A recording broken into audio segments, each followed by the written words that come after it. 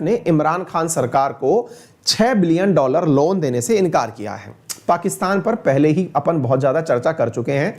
इसकी दयनीय स्थिति काफ़ी ज़्यादा ख़राब हो रखी है। चर्चा तो उस बारे में भी थोड़ी बहुत बनेगी, लेकिन आज आप एक और उससे बढ़कर चीज़ जानेंगे और वो ये है कि IMF किसी को लोन देता कैसे है। इंपॉर्टेंट विषय है, यानी कि केवल हम इसको नहीं पढ़ने वाले, ये तो ठीक है, मतलब इसके बहाने हम कुछ और भी पढ़ लेंगे। IMF किसी देश को लोन कैसे देता है। दूसरा, SDR यानी स्पेशल ड्राइंग राइट्स क्या है। IMF के अंदर वोट और कोटा, ये दोनों चीज क्या है, ये सारी बातें आज के सेशन में आपको बताएंगे। और भारत का IMF के साथ क्या कनेक्शन है, सारी बातें आज के सेशन में सीक्वेंस के साथ शुरू करते हैं। चलिए आपको बताते हैं। सबसे पहली बात कि हाल ही में IMF ने इमरान खान सरकार को लोन देने से इनकार किया है। 15 दिन की लगभग इनकी बातचीत चल रही थी। बातचीत के बाद में फिलहाल यहां के विदेश मंत्री, वो जो वित्त मंत्री हैं, वो IMF से बातचीत करके खाली हाथ लौटे हैं। क्या थी इनकी कहानी, वो भी मैं आपको थोड़ा सा बता देता हूं। एक बार के लिए केवल इतना समझ लीजिए कि इमरान खान सरकार जो है वो लोन की गुजारिश करने के लिए इन दिनों विश्व की यात्रा पर थी। पाकिस्तान की आर्थिक स्थिति किससे सुधरी है, क्या कुछ है, इसके बारे में ज्यादा चर्चा करने का अब मेरा मन थोड़ा खत्म सा हो गया है, क्योंकि हर दिन ही बेचारे के हालात खराब होते जा रहे हैं। हम जो यहां पर चर्चा करेंगे वो ये कि IMF जब किसी देश को लोन देता है तो वो किस प्रकार की शर्तें उसके ऊपर लादता है। सारी बातें आपके सेशन में आज बताने वाली हैं। थोड़ा सा एक बार ब्रीफ इंट्रो ले लीजिए। ब्रीफ इंट्रो ये है कि पाकिस्तान और इनके बीच में $6 बिलियन का लोन होना था। उनमें से $1 बिलियन के लिए अभी बातचीत चल रही थी, उसे यहां पर मना कर दिया गया है कि नहीं, अभी आप लोगों ने जो आपसे अपेक्षित था वैसा आपने कुछ किया नहीं है। 11 दिन, मतलब निकल के न्यूज में आ रहा है कि ये काफी दिन से कोशिश कर रहे थे। बात में ये निकल के आता है कि यहां के जो मंत्री थे वो 11 दिन से अमेरिका की यात्रा पर थे। 11 दिन की लगातार बात के बाद भी इनकी बात नहीं बनी और IMF ने लोन देने से इनकार कर दिया। IMF लोन कब देता है? यदि आपके हालात इस तरह के हो जाएं कि विनिमय दर यानी एक्सचेंज रेट, अब इन पॉइंट्स को आप लिखते जाइएगा। पाकिस्तान के उदाहरण को साइड में हटाते हुए आप कुछ महत्वपूर्ण बिंदु लिखते जाइए कि IMF के लोन की आवश्यकता क्यों पड़ती है, IMF लोन कैसे देता है। आज का विषय बेसिकली इस पर चलने वाला है। हम आपको यहां पर एक पॉइंट इनिशियली दे देते हैं, आप उसे लिखना शुरू कर दीजिए। पॉइंट यह है कि यदि किसी देश की विनिमय दर या विदेशी मुद्रा भंडार या फिर करंट अकाउंट डेफिसिट का मतलब यह है कि एक्सपोर्ट इंपोर्ट में एक्सपोर्ट की वैल्यू कम, इंपोर्ट की वैल्यू ज्यादा और विदेशी मुद्रा भंडार की अगर कमी हो जाए तो ऐसी स्थिति में किसी भी देश को बर्बाद होने से रोकने के लिए IMF के द्वारा आपातकालीन लोन दिया जाता है। वो जो आपातकालीन लोन होता है उसे IMF देने से पहले काफी सारी शर्तों की पूर्ति करवाती है। उन शर्तों की हम चर्चा करेंगे, लेकिन आप शुरुआत में यह बात लिख सकते हैं कि IMF की जो रेट्स आती हैं यानी लोन जो दिया जाता है, ये तभी दिया जाता है जब कोई इकोनॉमी या फिर देश कर्ज के अंदर डूब रहा हो बुरी तरह से। ये बात जब हम आपको बोलते हैं तो आपको ये न्यूज पता होनी चाहिए जो कि रिसेंटली निकल करके आई है, ताकि आप IMF से इस बात को रिलेट कर पाएं। क्या दुनिया के अंदर 10 जो सबसे ज्यादा कर्ज में डूबे हुए देश हैं, वो देश कौन कौन से हैं, एक बार के लिए आप उन्हें देख लें। इधर की तरफ Angola, Bangladesh, Ethiopia, Ghana, Kenya, Mongolia, Nigeria, Pakistan, Uzbekistan और जाम्बिया, यानी कि 10 सबसे बड़े कर्ज में डूबे हुए देश में अगर हम चर्चा करें तो इन देशों के पास $509 बिलियन का कर्ज है, जो कि 2019 में लगभग 12% और बढ़ गया है। यानी कि जब कोई देश कर्ज में डूबता है, अब आप पूछेंगे कर्ज का मतलब होता क्या है। देखिए ऐसा होता है, अगर आपको व्यापार करना है तो व्यापार के नाम पर आप करते क्या हैं, थोड़ी सी बेसिक्स समझ लीजिए, फिर जाकर के आप इस IMF की बात को भी ढंग से समझ पाएंगे। ऐसे समझिए, देखिए क्या है, कोई भी एक कंट्री है, मान लीजिए कि हमने एक कंट्री आपके सामने रेफरेंस के रूप में कंसीडर करने के लिए, हम इसको पाकिस्तान के उदाहरण से नहीं, आप किसी भी उदाहरण से समझ लीजिए। एक कंट्री है जिसका नाम है ABC। अब उस ABC नामक जो कंट्री है, इसे अपने यहां पर धन की प्राप्ति करनी है। अब आप पूछेंगे क्यों करनी है, कोई विदेशी मुद्रा को क्यों चाहेगा? रीजन होता है क्योंकि इस देश की तरक्की में कुछ मूलभूत आवश्यकता की चीजें हैं। जैसे मूलभूत आवश्यकता के नाम पर पॉइंट 1 है तेल की आवश्यकता, दूसरी है टेक्नोलॉजी की आवश्यकता, तीसरी है दवाइयों की आवश्यकता, चौथी है टेक्नोलॉजी के साथ साथ जो भी इलेक्ट्रॉनिक गैजेट्स है ना उनकी आवश्यकता, पांचवी है डिफेंस के लिए बाहर से सामान खरीदने की आवश्यकता। कोई भी देश है अगर, तो वो कम से कम ऐसी चीजें जो कि वो खुद के यहां प्रोड्यूस नहीं कर सकता, उन्हें वो दुनिया के देशों से मंगाना चाहता है। एक बार के लिए विचार करिए, क्या विचार करते हैं? हम विचार करते हैं कि ये जो एबीसी नामक कंट्री है, ये किसी भी देश से कोई भी लोन नहीं मांगता। यानी इस देश के हालात ये हैं कि ये कहता है कि मैं तो आत्मनिर्भर हूं। आत्मनिर्भर होने का अर्थ ये हुआ कि मुझे किसी से कुछ भी नहीं मांगना। कोई बात नहीं, मैं अपने पैसे से ही इनके सामानों को परचेज कर सकता हूं क्योंकि मेरे पास तो खुद की बैंक है। भाई एक बात बताइए, हम मार्केट में शॉपिंग करने जाते हैं, हम शॉपिंग करने जब जाते हैं तो क्या हम किसी और से पैसे लेके शॉपिंग करते हैं कि अपने जेब से शॉपिंग करते हैं? आंसर है सर हम तो अपनी जेब के धन से शॉपिंग करते हैं। अच्छा, मैंने कहा आपके पास धन के रूप में क्या है? बोले सर मेरे पास में मेरा कमाया हुआ धन रखा हुआ है और फिर मेरी तिजोरी में बहुत सारे नोट रखे हुए हैं। अच्छी बात है, तो आप धन परचेज कर लाएंगे, सामान परचेज कर लाएंगे। आपने कहा तो सर ऐसे तो पाकिस्तान के अंदर भी, पाकिस्तान की जैसे इंडिया के अंदर आरबीआई है, ऐसे पाकिस्तान की या फिर कोई भी देश जो है उसकी अपनी बैंक होगी। जब उसकी अपनी बैंक होगी तो वो उस पैसे से विदेशों से कोई भी सामान मंगा सकता है। पॉइंट एकदम सही है, लेकिन इसमें एक छोटी सी मिस्टेक है। मिस्टेक क्या है? आप अपनी बैंक से तो कितना भी नोट छाप लेंगे, आपकी बैंक के पास में जो धन है वो इस लायक है कि आप विदेशों से भी वो सामान खरीद लें। ये तभी हो सकता है जब आपका रुपया, यानी पाकिस्तानी बैंक ने जो रुपया छापा, ये दूसरे देश में भी वैलिड हो। सोच के देखिए, ऐसे तो वो जो बच्चे खेलते हैं ना, वो नकली नोट जो होते हैं, मान लीजिए कि एक देश है जिसकी करेंसी ही वो नकली नोट है। ऐसा थोड़ी कि अपने पास नोट है तो दुनिया से कुछ भी खरीद लिया।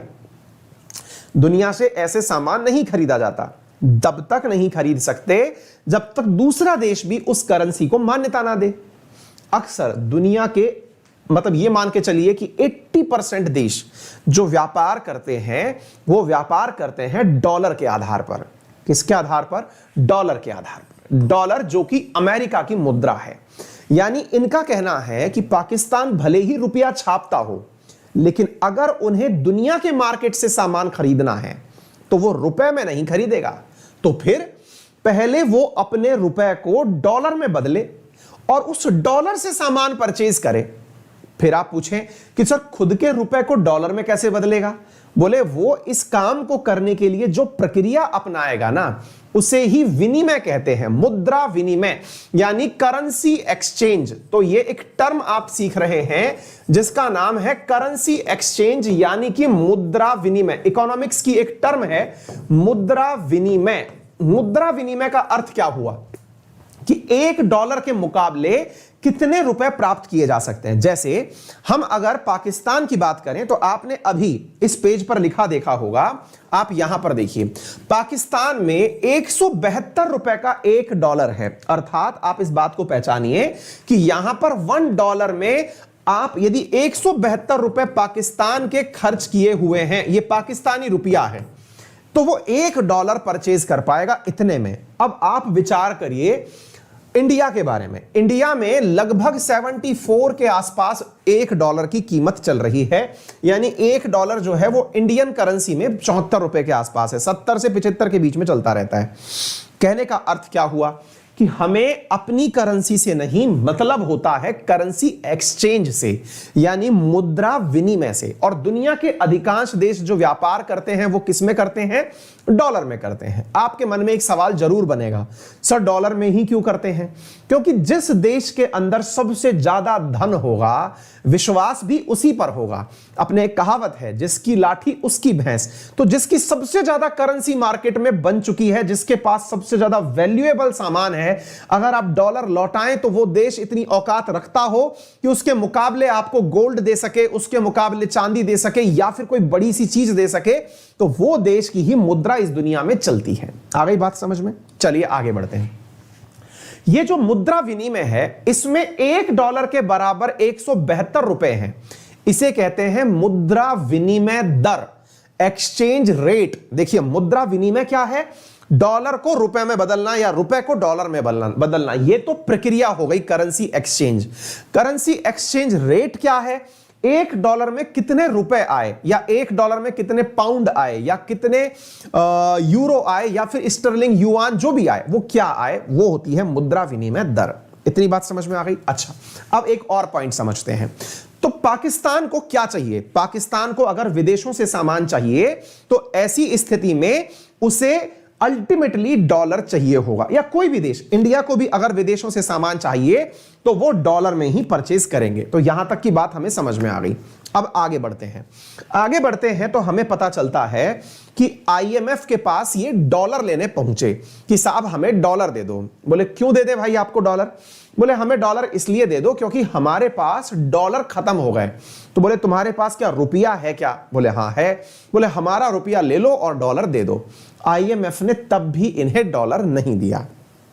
अब आते हैं आईएमएफ लोन कैसे देता है, इस बात को समझने के लिए। तो चलिए आज का जो दूसरा सबसे बड़ा सवाल है, इसे आप लोगों को समझ में आना चाहिए। बहुत बड़ा सवाल मैं आपको सिखाने जा रहा हूं, और वो क्या सवाल है फिर मैं आपको बताऊंगा एक एक करके। एक मिनट रुकिए, ये सारी बातें ये कंक्लूजन में बता दूंगा। पहले मैं आपको आईएमएफ लोन कैसे देता है ये चीज सिखाता हूं, है ना। इसको प्रश्न के रूप में समझने का प्रयास करिए।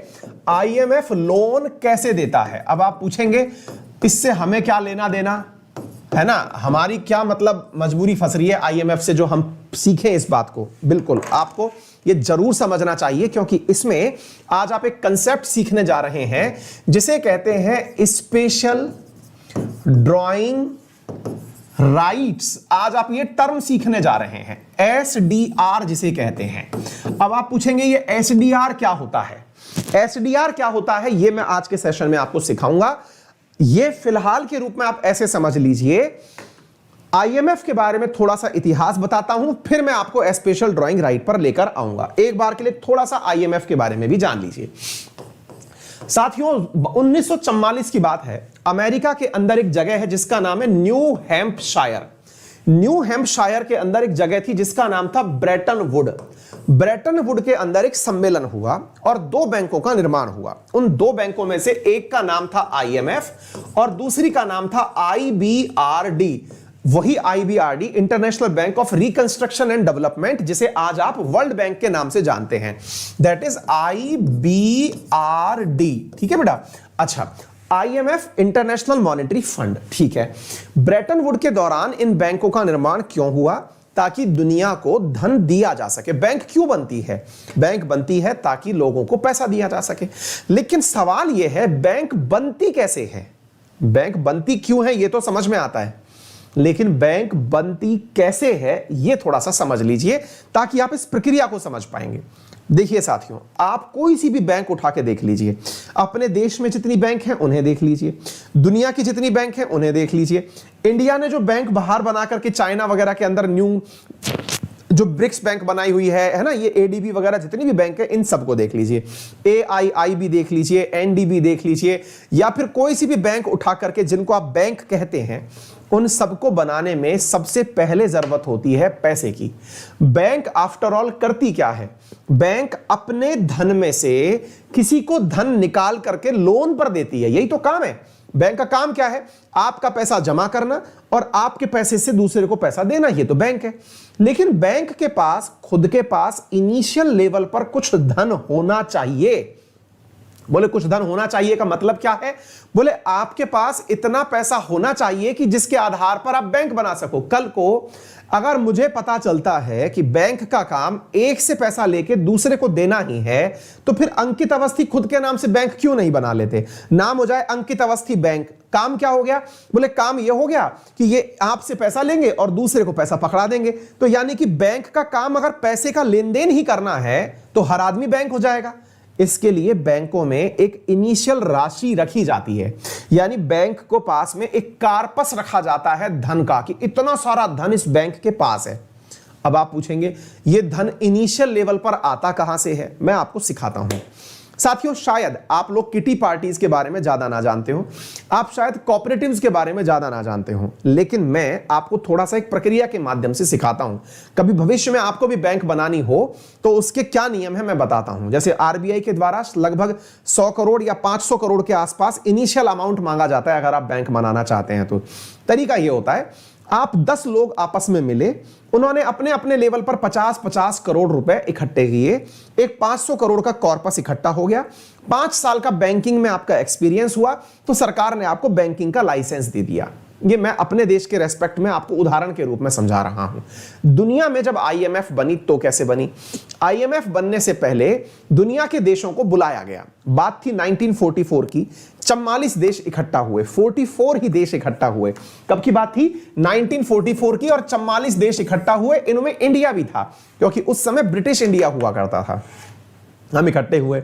हम जब इकट्ठे हुए तो हमसे पूछा गया कि हम लोग एक फंड इकट्ठा करके एक बैंक बनाना चाहते हैं। बोले बनाइए साहब। तो साथियों, उस बैंक का नाम दिया गया आईएमएफ, और उस बैंक में उस समय का सबसे पैसे वाला देश हुआ करता था अमेरिका। उसने कहा इस बैंक में सबसे ज्यादा पैसा अपनी तरफ से मैं डालता हूं, अब बाकी लोग जो इसमें डालना चाहें वो भी आगे आ जाएं। तो धीरे धीरे जितने भी देश थे, जापान था, चाइना था, फ्रांस था, ब्रिटेन था, ये सब लोग अपनी तरफ से उसमें फंड डालने लग गए। आपको जानकर के आश्चर्य होगा कि इस बैंक में इस समय जो कुल धन है, आप एक बार के लिए अगर विचार करें तो इस बैंक के पास इस समय कुल धन है $692 बिलियन। एक बार के लिए इस बैंक में आज की राशि कितनी है?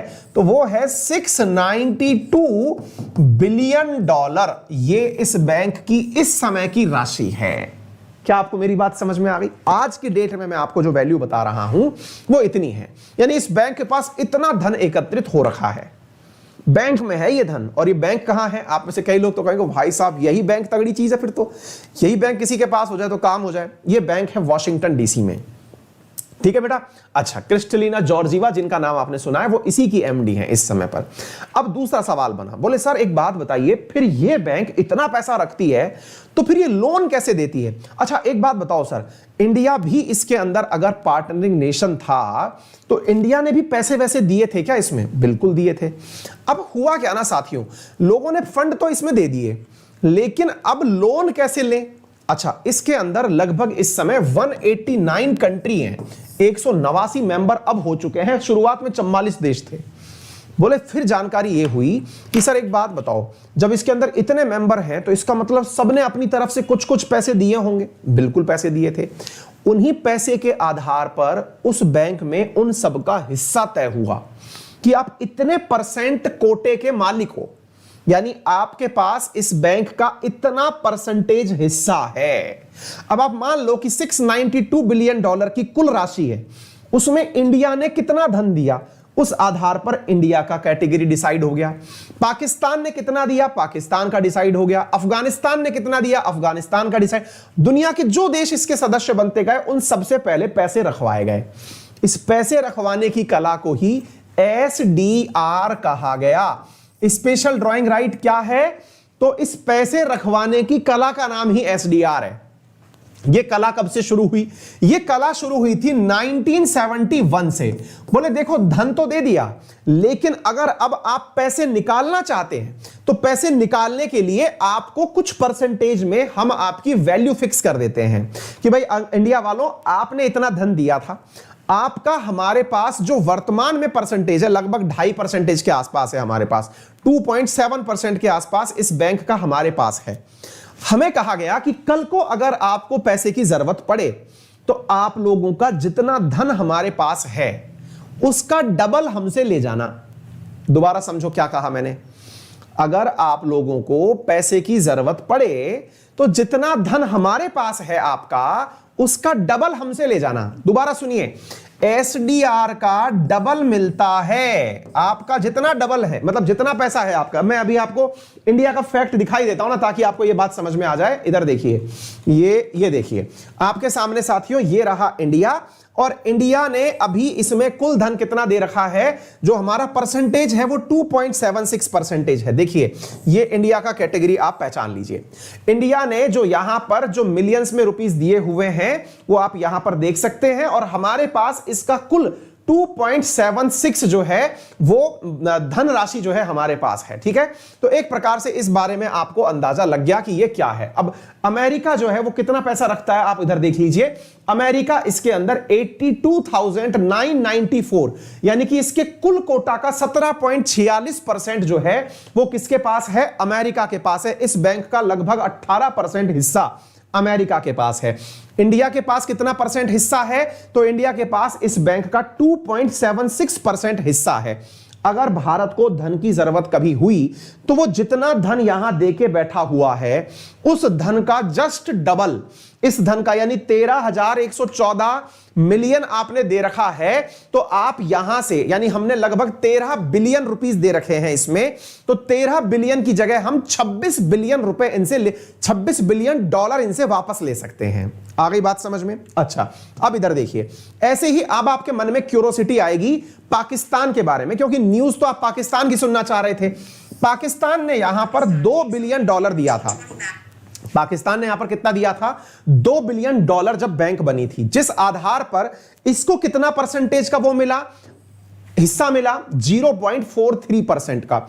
0.43% का हिस्सा मिला, तो इसका मतलब यह हुआ कि इसे इस 2000 मिलियन की तुलना में कितना पैसा मिल सकता है, 4000 मिलियन, अर्थात यह डबल ले सकता है, $4 बिलियन ये लोन ले सकता है। मांगने कितना गया, ये मांगने गया $6 बिलियन।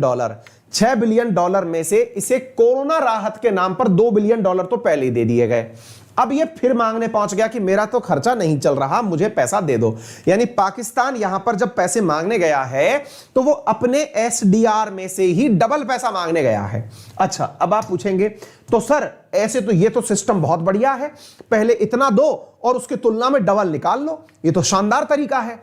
तो ऐसे तो सर फिर डबल निकालने के बाद क्या चुकाना नहीं पड़ता क्या? ऐसा नहीं है बेटा, चुकाना पड़ता है, और उस चुकाने के अंदर आपको इंटरेस्ट भी पे करना पड़ता है। इंटरेस्ट जो है ना वो इस बैंक का सबसे कम है। इस बैंक का इंटरेस्ट है 2%। 2% ब्याज पर आपको पैसा मिल जाता है। यही कारण है कि दुनिया के देश इस बैंक के साथ में जुड़े हुए रहते हैं कि ये इतना कम ब्याज पर हमको धन उपलब्ध करा देगी। अब आप पूछेंगे सर एक बात बताओ, अगर मान लो 2% ब्याज पर यह पैसा इसको मिलता है एक बार के लिए, तो ये तो हो गया आवेदन करने वाला, एप्लीकेंट नेशन इसे कहते हैं। जो देश पैसा मांगता है उसे कहते हैं आवेदक देश, उसे कहा जाता है आवेदक देश, यानी जिसने एप्लीकेशन लगाए, सेवा में श्रीमान मुझे लोन चाहिए। फिर आप पूछेंगे लोन देता कौन है, क्योंकि सारे की सारे देश ही तो इसके मेंबर हैं। तो लोन देने के लिए ये थोड़ी है कि कोई आपने अलग से किसी व्यक्ति को बिठा रखा है, नहीं। तो ध्यान से सुनिएगा, जब कोई देश पैसा मांगता है तो पैसा देते समय जिसका कोटा सबसे ऊपर है, सबसे पहले रिक्वेस्ट उसी के पास जाती है। दोबारा देखिएगा, अगर आपके पास कोटा सबसे ऊपर है तो रिक्वेस्ट उसी देश के पास जाती है, यानी यूनाइटेड स्टेट के पास यह रिक्वेस्ट जाएगी कि आप इस देश को धन दे दीजिए, इसे धन की आवश्यकता है। यूनाइटेड स्टेट के पास जो रिक्वेस्ट पहुंची है उसे कहा जाता है अधिकृत देश। दो देश हो गए, देखिए, एक हो गया आवेदक देश जिसने लोन मांगा, दूसरा हो गया अधिकृत देश जो कि पैसा देने के लिए तैयार हुआ कि चलिए दे दो इनको पैसा। तो यहां पर ध्यान से समझ लिया हमने, SDR स्पेशल ड्राइंग राइट, आधार पर दुगना धन मिलता है, 2% ब्याज पर मिलता है। अब आप पूछेंगे सर तो फिर क्या अमेरिका पैसा देने को तैयार नहीं हो रहा? बिल्कुल नहीं हो रहा। क्यों नहीं हो रहा? क्योंकि अमेरिका को पता है कि पैसा दे दिया तो वापस नहीं आएगा। अब यहां पर ध्यान से समझने की बात है, IMF के पास में जो पैसा दिया जाता है उसमें IMF के नेशंस ये डिसाइड करते हैं कि जिसे हम धन दे रहे हैं क्या वो वापस आ सकता है। ऑब्वियस सी बात है, आपने मुझे 100 रुपए कभी जमा कराए, अब आप मुझसे पूछ रहे हो कि सर हमें 200 रुपया दे दो, तो मैं 100 के तुलना में 200 आंख मूंद कर तो दे नहीं दूंगा, कोई भी, आप भी नहीं दे देंगे। आप ये सोचेंगे कि आएगा कब वापस, तो वो जो आएगा कब वापस इसके बारे में यहां बैठ करके जब विचार किया जाता है तो कंक्लूजन ये निकालते हैं कि लोन देने से पहले इन्हें कुछ सुधार कार्य करने होते हैं। यानी इनसे कहा जाता है कि आप लोन तो ले लीजिए, लेकिन हम आपको कुछ सलाह दे रहे हैं, इन्हें मानिएगा, इन्हें अप्लाई करिएगा, तब जाकर के हम आपको लोन देने वाले हैं। तो अब आप पूछेंगे तो पाकिस्तान को क्या कोई सलाह दी गई है क्या? अब मैं आपको वही बता रहा हूं। असल में पाकिस्तान से कहा गया है कि आपके यहां पर जो बिजली है ना, वो बहुत ज्यादा सस्ती हो रखी है, बिजली ये बहुत ज्यादा सस्ती है, ऐसी स्थिति में बिजली का दाम बढ़ाइए, पहला तो। दूसरा, इनसे कहा गया है कि अपने यहां पर जो लोन, वो जो इंटरेस्ट रेट है ना अपने देश के अंदर, उसे इंक्रीज करिए, टैक्सेशन को बढ़ाइए। पाकिस्तान में ऑलरेडी जो महंगाई है वो 376% बढ़ी हुई है, 12% महंगाई दर इंक्रीज हो चुकी है, जो सामान्य दाम है उससे ऊपर चला गया है। यहां के मंत्रियों के बयान बहुत ही चौंकाने वाले आ रहे हैं। मंत्री कह रहे हैं कि एक टाइम की रोटी खाना बंद कर दो, है ना, चीनी चाय में कम डालना शुरू कर दो, अगर हम 2-2 दाने बचाना शुरू करेंगे तो भी हमारा देश बचा लेंगे। इस प्रकार के यहां पर बयानबाजी अब शुरू हो चुकी है। ऐसी स्थिति में यहां पर देश में जो सबसे बड़ा क्राइसिस आ रखा है वो ये है कि सरकार अपने ही देश में से पैसा निकाल नहीं पा रही। पैसे को निकालने के लिए एक ही तरीका बचता है और वो है टैक्स को इंप्लीमेंट करना। लेकिन आईएमएफ की शर्तों को मानने के लिए इमरान खान सरकार तैयार तो हो जाए, लेकिन मुसीबत यह है कि वो जिनसे टैक्स वसूलेगी वो सब ऑलरेडी सरकार के हिस्से हैं। मान लीजिए आपने किसी एक्स पार्टी से टैक्स वसूलने का आदेश दिया, वही पार्टी का आदमी जो है, या वो किसी कंपनी से पैसे मांगे आपने टैक्स के, पता चल रहा है वही कंपनी वाला जो है वो आपकी सरकार के अंदर हिस्सेदार है, उसी ने आपकी सरकार को पैसे दे रखे हैं। तो ऐसी स्थिति में अगर आईएमएफ की शर्तों को माना जाता है तो मुसीबत पाकिस्तान के साथ ये है कि इसे अपने ही साथ में जो सरकार का जो विश्वास मत है वो खोना पड़ सकता है। तो इस मुसीबत को देखते हुए वर्तमान में इन्हें लोन तो प्राप्त हुआ नहीं, टैक्सेशन के अभाव में जो कहानियां हुई वो मैंने आप लोगों को सारी बता दी। तो विशेष रूप से यहां पर इन्हें कहा गया है कि आप अपनी फिस्कल और मॉनेटरी पॉलिसी को कंट्रोल करिए। कुछ याद है आपको, भारत के अंदर आपसे पूछा जाता है कई बार कि भारत की महंगाई दर कितनी है। आपको याद होगा हाल ही के अंदर जो मॉनेटरी पॉलिसी कमेटी की बैठक हुई थी उसमें भारत की महंगाई दर को अधिकतम 5.3% रखने का लक्ष्य रखा गया है। कुछ याद है भारत में महंगाई कितनी हो इसके लिए एक रेंज है, 2% से लेकर 6% के बीच में ही भारत की महंगाई दर रह सकती है। यह हमने पहले से ही डिसाइड कर रखा है। पाकिस्तान के साथ ऐसा हो क्यों रहा है, अब इसके पीछे भी कारण सुन लीजिए। इसके पीछे कारण है साथियों, ये तो मैंने आपको कई बार बताया भी है, ये मतलब इसकी जो बयानबाजी है उस बयानबाजी पर हम नहीं जा रहे हैं। असल में क्या है, जो फाइनेंशियल एक्शन टास्क फोर्स है, फाइनेंशियल एक्शन टास्क फोर्स के द्वारा, FATF के द्वारा इसे लगातार ग्रे लिस्ट में रखे चले जाना, इसके बाद में ब्लैक लिस्ट की धमकी दिए जाना, जिसके कारण से इसमें कोई भी देश इन्वेस्टमेंट करने नहीं आ रहा है। जब कोई इन्वेस्टमेंट करने नहीं आ रहा है तो इसके पास डॉलर चल के नहीं आ रहे हैं।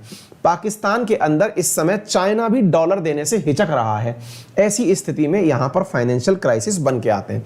तो उम्मीद है आपको आज एक बहुत बड़ी चीज समझ में आ गई होगी, दैट इज SDR क्या होता है, स्पेशल ड्राइंग राइट्स क्या होता है, IMF लोन देता कैसे है। मैं एक चीज और सिखा देता हूं फिर हम आगे बढ़ेंगे।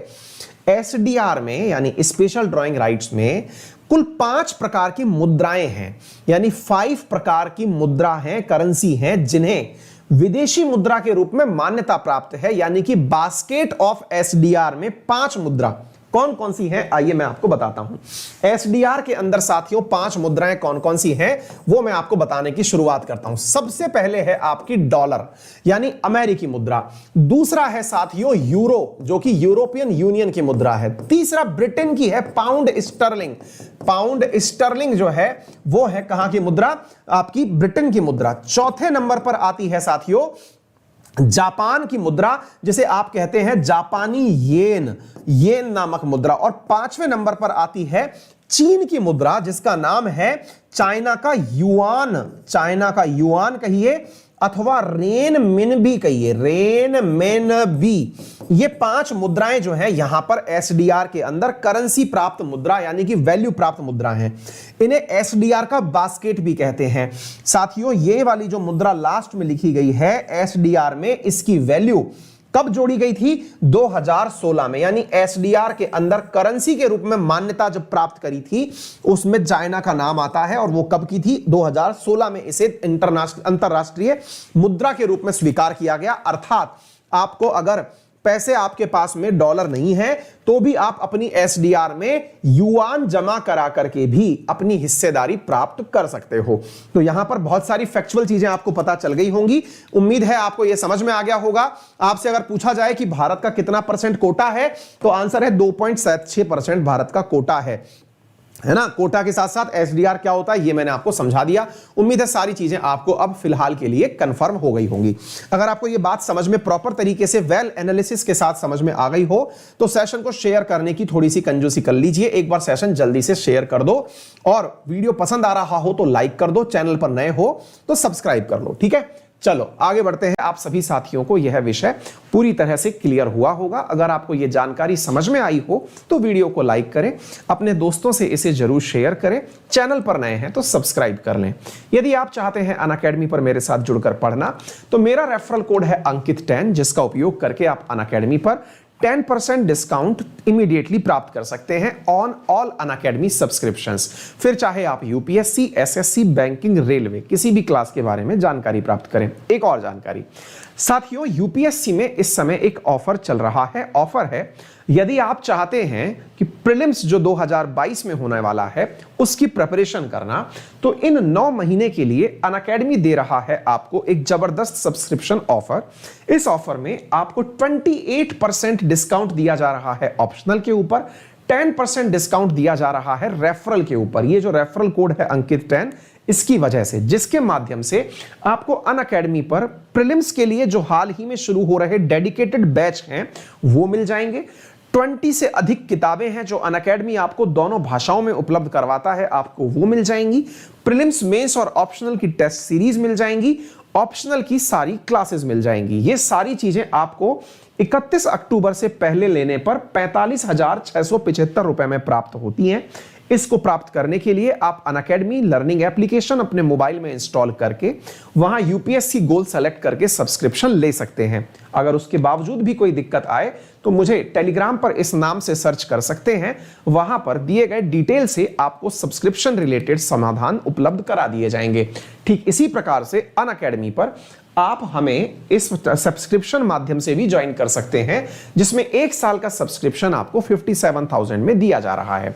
आपके सब्सक्रिप्शन को आसान बनाने के लिए इजी ईएमआई ऑप्शन और अनअकैडमी के द्वारा लोन फैसिलिटी भी उपलब्ध करवाई गई है, जिसे भी आप अवेल कर सकते हैं। फिलहाल के लिए इतना ही। अपना ख्याल रखें। शुभ रात्रि।